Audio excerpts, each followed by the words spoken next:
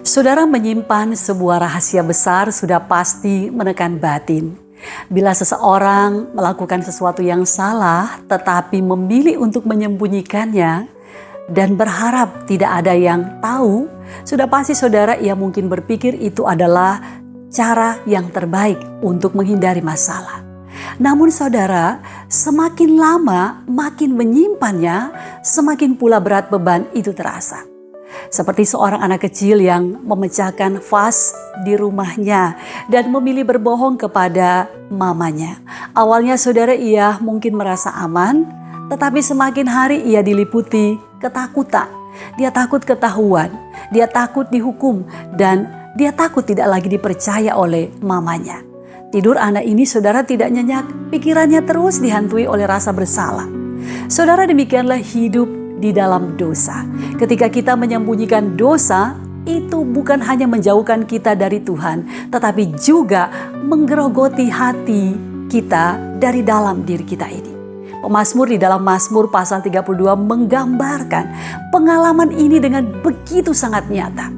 Bahwa selama aku berdiam diri, tulang-tulangku menjadi lesu karena aku mengeluh sepanjang hari. Saudara, ada penderitaan, ada kesesakan, ada kelelahan batin yang tidak bisa dihilangkan dengan cara apapun. Hari ini kita renungkan betapa tersiksanya hidup di dalam dosa yang disembunyikan. Namun kita juga akan melihat bagaimana Tuhan membuka jalan bagi kelegaan, kebebasan, dan sukacita sejati. Karena itu saudara, mari kita mendengarkan firman Tuhan dengan hati yang terbuka. Sebab kebenaran ini tentu bukan sekedar saudara sebuah informasi, tetapi sebuah undangan bagi saya dan saudara untuk mengalami satu pemulihan sejati yang datang cuma dari Tuhan.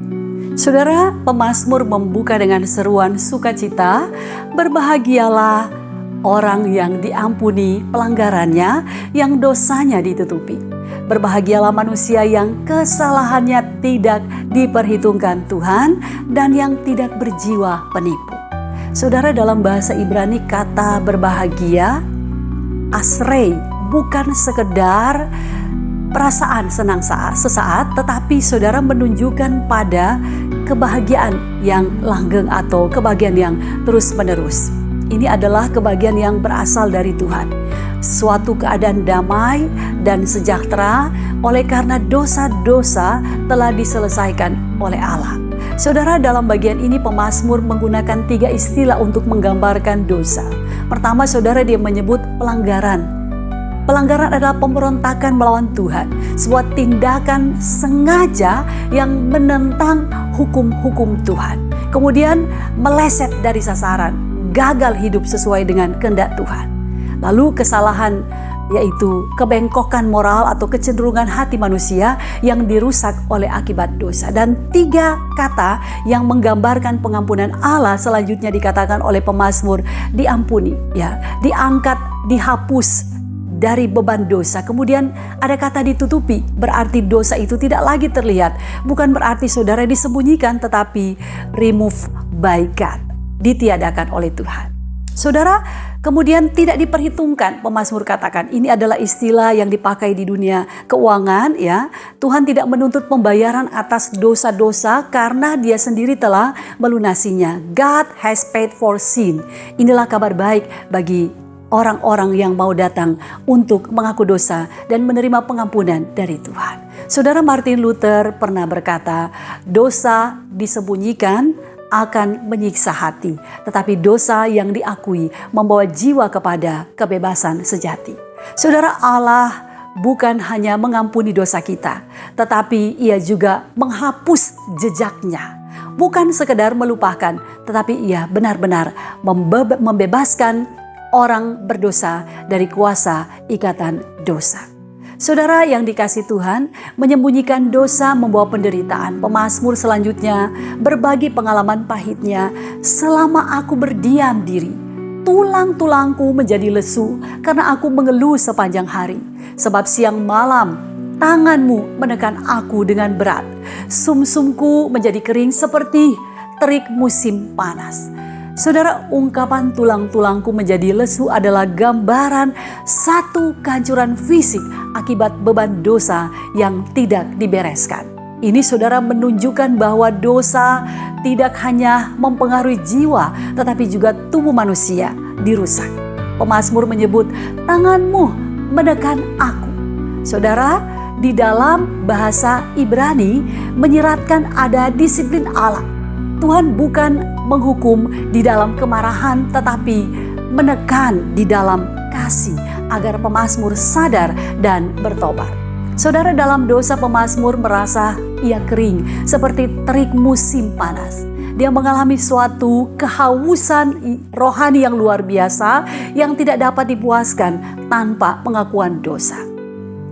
Saudara, dosa yang tidak diakui adalah seperti rantai yang mengikat kita. Tetapi ketika kita mengakui dosa dan menerima pengampunan dari Tuhan, kita dibebaskan dari beban yang menyiksa.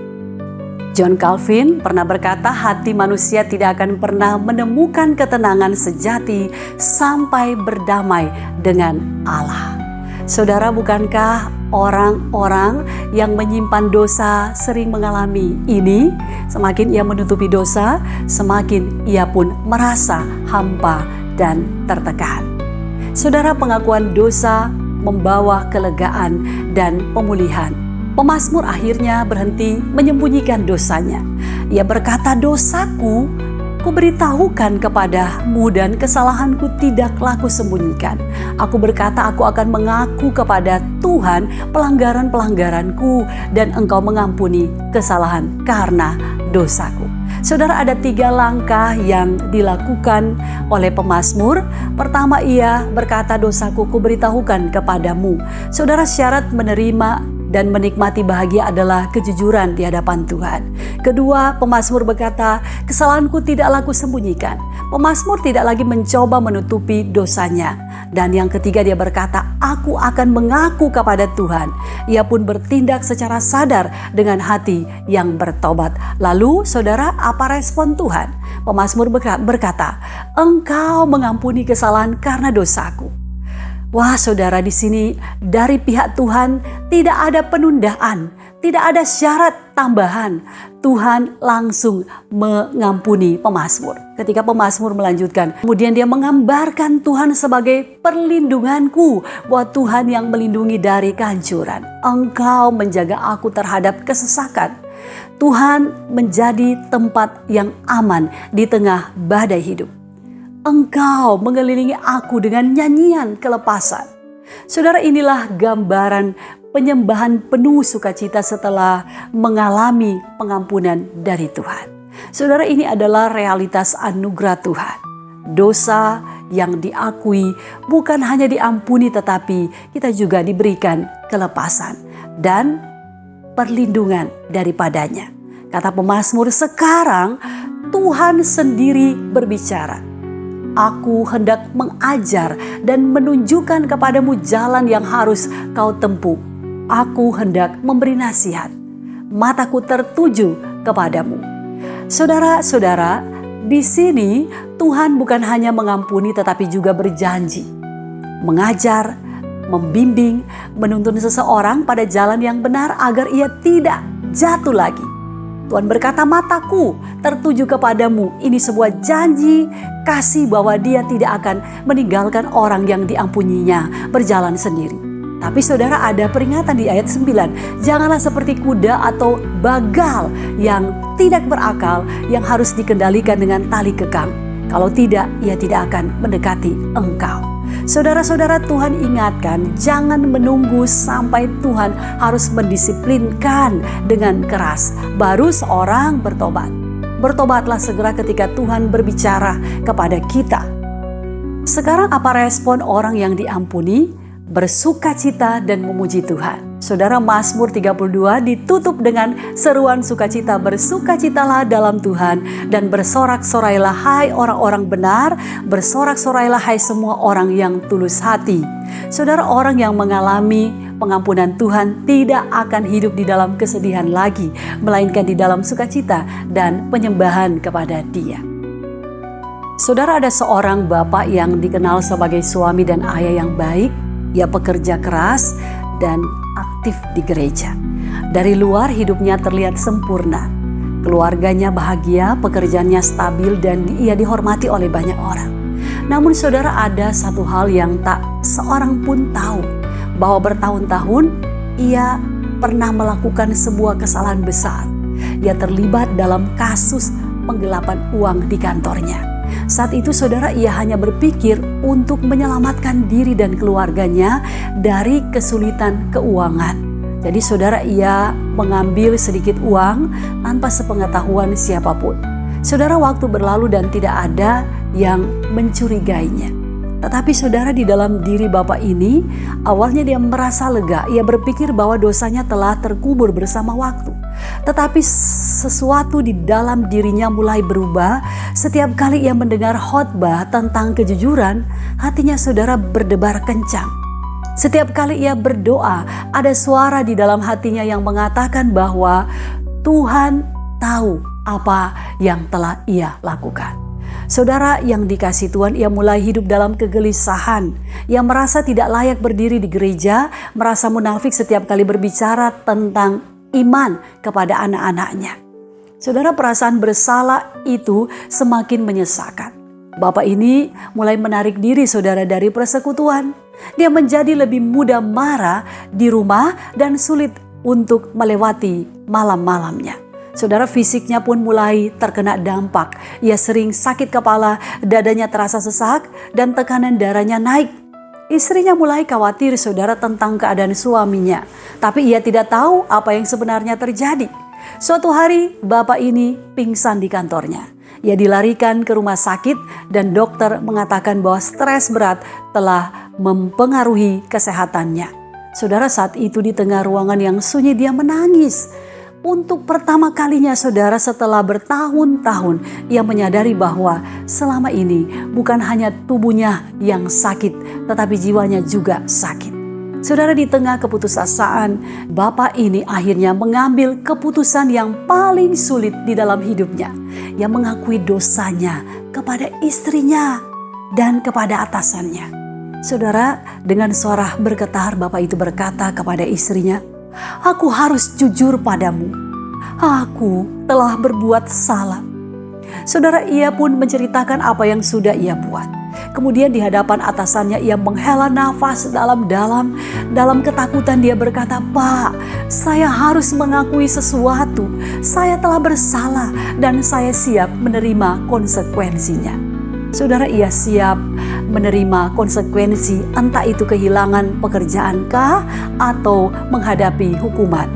Tetapi saudara, yang mengejutkan adalah setelah ia jujur, ia justru merasa lebih ringan daripada yang pernah ia rasakan selama bertahun-tahun ia hidup. Untuk pertama kalinya ia bisa tidur dengan nyenyak. Atasannya juga saudara seorang Kristen yang baik. Dia melihat ketulusan pertobatan dari bapak itu dan memberinya kesempatan untuk memperbaiki kesalahan dengan mengganti uang yang ia ambil tanpa diketahui. Dan lebih dari itu saudara, ia merasakan kasih Tuhan yang begitu besar. Saudara, marilah kita lihat ke dalam diri kita sendiri. Ada berapa banyak dari kita yang pernah menyembunyikan sesuatu, kesalahan, dosa, atau rasa malu dan berpikir bahwa kita bisa mengatasinya sendiri. Tetapi semakin kita menutupinya, bukankah semakin hati kita terasa gelap dan berat? Namun di tengah kelelahan batin itu, ada satu pribadi yang datang membawa terang. Yesus Kristus, Sang Juru Selamat kita. Ia tidak hanya datang saudara untuk mengajarkan tentang kebenaran, tetapi ia sendiri adalah kebenaran itu. Dan kebenarannya telah membebaskan. Lihatlah saudara bagaimana Yesus memperlakukan seorang perempuan yang kedapatan bersinah. Ia berdiri di hadapan para pemimpin agama yang waktu itu siap melemparinya dengan batu. Saudara, mereka ingin menghukum, tetapi Yesus justru berkata, "Barang siapa di antara kamu tidak berdosa, hendaklah ia yang pertama melempar batu kepadanya." Saudara, satu persatu mereka pergi, dan ketika hanya tinggal perempuan itu, Yesus pun berkata kepadanya, "Aku pun tidak menghukum engkau.